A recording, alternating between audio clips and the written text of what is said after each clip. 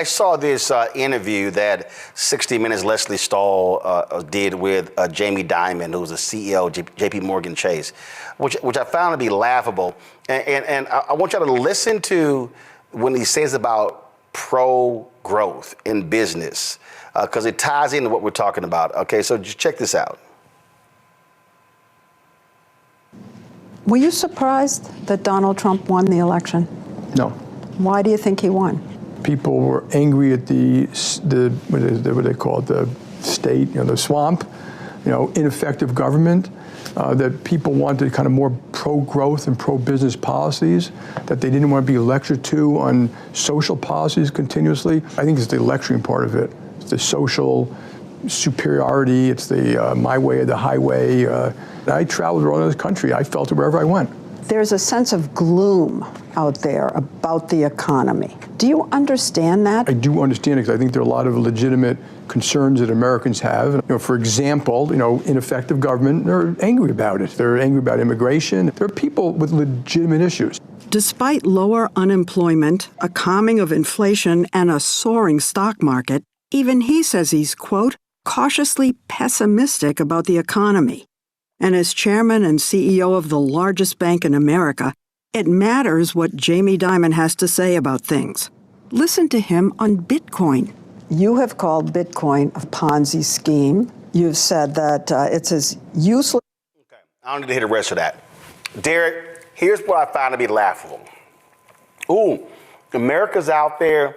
They want more, pro-growth business policies. Really? What I find to be laughable, this notion of doom and gloom with the economy, and I keep saying it wasn't because of people like Jamie Dimon. Jamie Dimon, for 4 years, kept going, recession's coming, recession's coming, recession's coming, recession's coming, recession's coming. That's all we kept hearing. And so, and the thing is, media took that, because, he leads the biggest bank in the country, and people fell for this nonsense. And so that created this whole notion of doom and gloom. And then he's like, more. Anytime you hear Wall Street talk about, ineffective government. Okay, you notice he didn't say what's ineffective. Mm-hmm. Because you can't find a president who had positive job growth every month for 4 years. If you look at the stock market today and where it was a week before the inauguration, January 2021, not even close. You look at inflation today to where it was 4 years ago, it's the same. So this idea of that, oh my God, the economy is just, so awful, it's really BS. It's because folk like him kept whining and complaining about a recession was coming that never came. And guess what, Roland? The same individuals who said the sky was falling, they knew the sky wasn't falling. This is what we call in the military psychological warfare. You keep telling those individuals one particular thing, knowing the fact that there are no facts, there's no evidence, and there's no data to prove otherwise. And so it's really easy to get on one's platform and say the sky is falling, or to better yet say you can't afford eggs, $3 eggs, or you can't afford bread or gasoline. But here's the interesting thing, Roland, after the election, you know what happened? 80 million Americans went and traveled during Thanksgiving. You know what also happened during Thanksgiving, Roland? We broke records on Black Friday and Cyber Monday and Give Back Tuesday. Broke records during this economy. Wait. I'm going to show you this here. This was just at CNN.com. Jamie Dimon, April 12, 2024. Jamie Dimon says chance of a bad economy is, quote, higher than other people think. Okay, Jamie, what happened? Our GDP, Roland, was almost 3%. And as you also stated, the number of jobs that were created every month during this administration So let's tell Jamie Dimon the facts. The facts are Barack Obama gave Trump a healthy and strong economy. Joe Biden is about to give Trump a healthy and strong economy. And so when you start talking about the sky is falling, that's one part. The other part that, and I appreciate what Omokongo and Teresa also mentioned about the deregulation piece. Roland, we all remember what happened last year when the Supreme Court overturned the Chevron doctrine that was been in place for 40 years. Something that was put in place since 1984 to make sure that we have an EPA, to make sure that we have agencies and organizations, to make sure that we have the right guardrails in our society to keep us safe. Can you imagine if we deregulated FAA?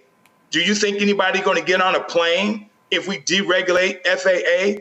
Do you think if we do away what Project 2025 wants to do and get rid of OSHA, you think people going to want to go to a plant and come back, be okay? And here's the last part, Roland. Guess what else they want to do this year? They want to do tort reform, Roland. Why they want to go after and do tort reform? Because then they could put a cap on how much citizens can sue corporations. That's wrong. Well, here's what I think is really interesting here. And again, and the reason I am singling JPMorgan CEO Jamie Dimon out is because, Omokongo, he is part of the problem. This is September 2024. CEO JPMorgan warns U.S. of economic fate worse than recession, the worst outcome. Stagflation, which we saw in the 1970s, which is where you have high inflation along with high unemployment. Guess what, Omokongo? You don't have high inflation, you don't have high unemployment. And so these are the kinds of scary stories. So when he comes out and says it, all these mainstream media people repeat it, and then people watching, oh my God, here's what's gonna happen. And so then you have companies, this happened when Biden and Harris took over. Amazon, if I'm correct, Walmart, I know Facebook did. All these folks were laying off people in January and February and March of 2021 because recession's coming, and it never came. So maybe Jamie Dimon needs to look himself in the mirror and say, did I contribute to the doom and gloom because I kept saying what was coming and it never happened? And maybe because you had the Fed chair and President Biden, Vice President Kamala Harris, who were being proper stewards of the economy. Maybe what they did actually worked. And I would say, in addition to it never happening, quite the opposite happened. Everything from oil production to their stocks and everything, it went up under Biden. And so all of these guys, you know, they're in their little vest at their country clubs and everything, talking about the doom and gloom, and they are benefiting hand over fist from Biden's policies. And on top of that, when you look at what's going to be happening with some of these other CEOs in these companies, so much of Biden's infrastructure plans, things that are not going to be going into effect until after he's out of office, there's going to be a boon for years to come. And so I believe that Jamie Dimon and others like him intentionally try to keep this negative perspective on the market because they want to be able to try to position themselves to benefit in any way, shape, or form. And on the low, he's trying to stay close to the Trump administration as well because he knew that there was a possibility of Trump coming in. He knew if Biden or Harris won that he wasn't going to get any smoke from them. But of course, they're fearful of anything that the Trump administration is going to say. It makes sense to go with that MAGA doom and gloom mindset. You know, and again, you know, facts really do matter here, Teresa. And I think just for a lot of people, you know, they really get confused when we talk about things along those lines, and we talk about inflation and all of that.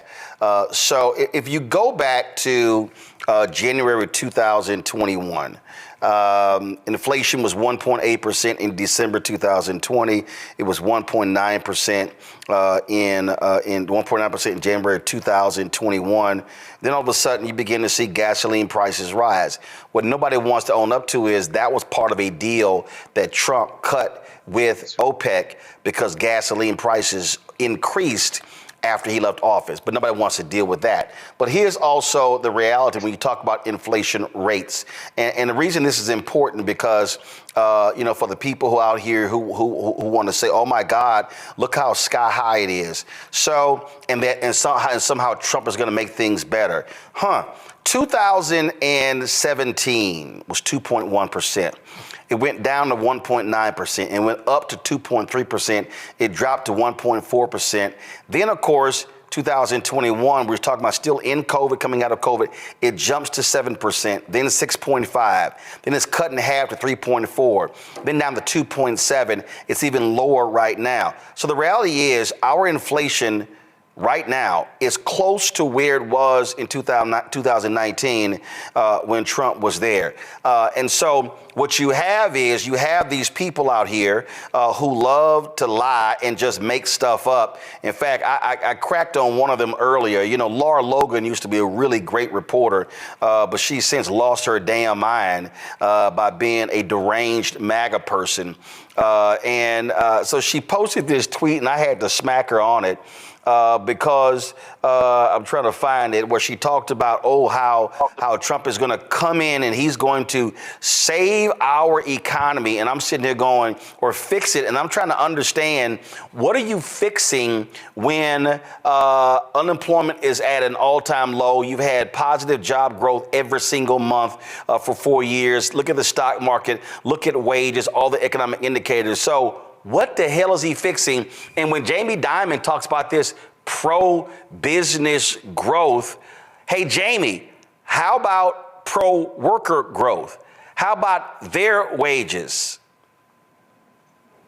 Yeah, JPMorgan isn't thinking about the pro-worker, but that is a very good solution. If they did start thinking about that, I believe their numbers will be way different.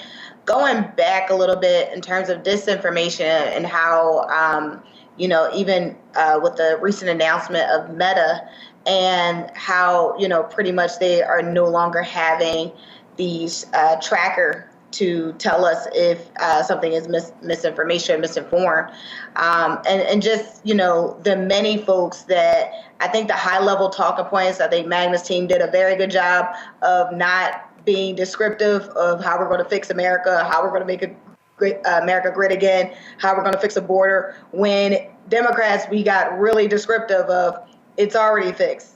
Wages are high. People are back to work. The GDP is doing great. Inflation is down. And so I find it very interesting about these CEOs.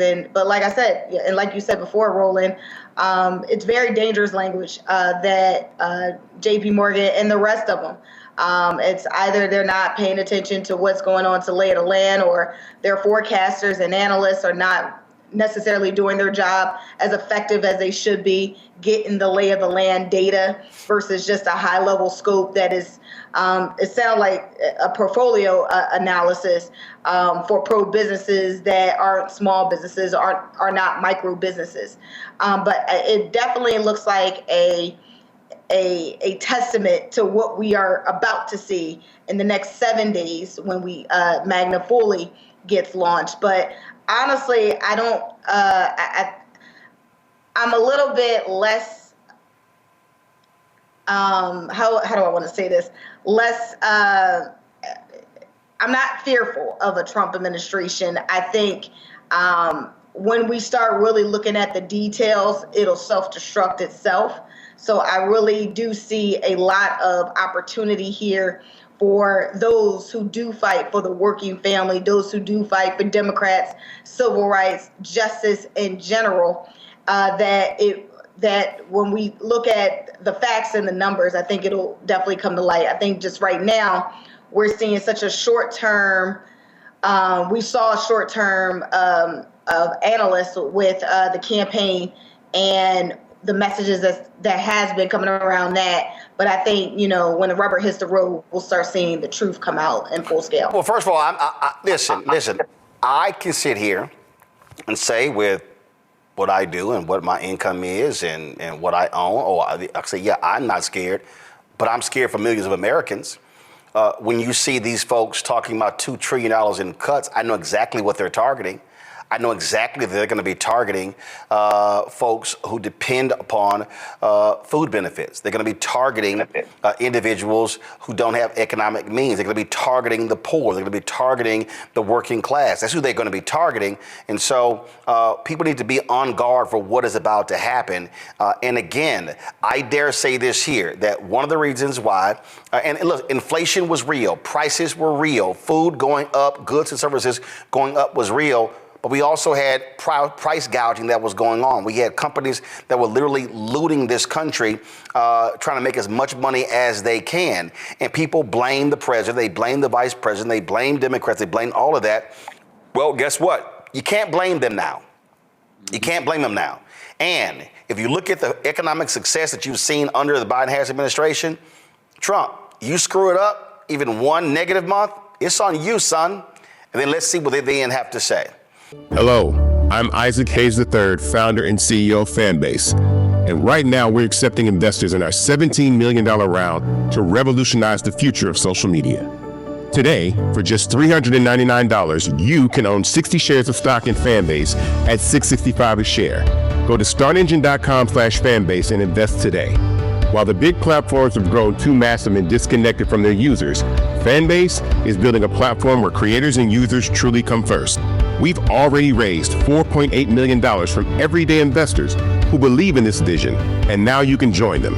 This is your chance to invest in a social media tech company with over 1 million users that is disrupting media by allowing anyone to reach all of their following and monetize their content from day one. The market is changing, big platforms are failing to serve their users, and Fanbase is stepping up to fill the gap. Don't wait until it's too late. Invest now. Invest for yourself and your future. Go to startengine.com/fanbase and own the future of social media.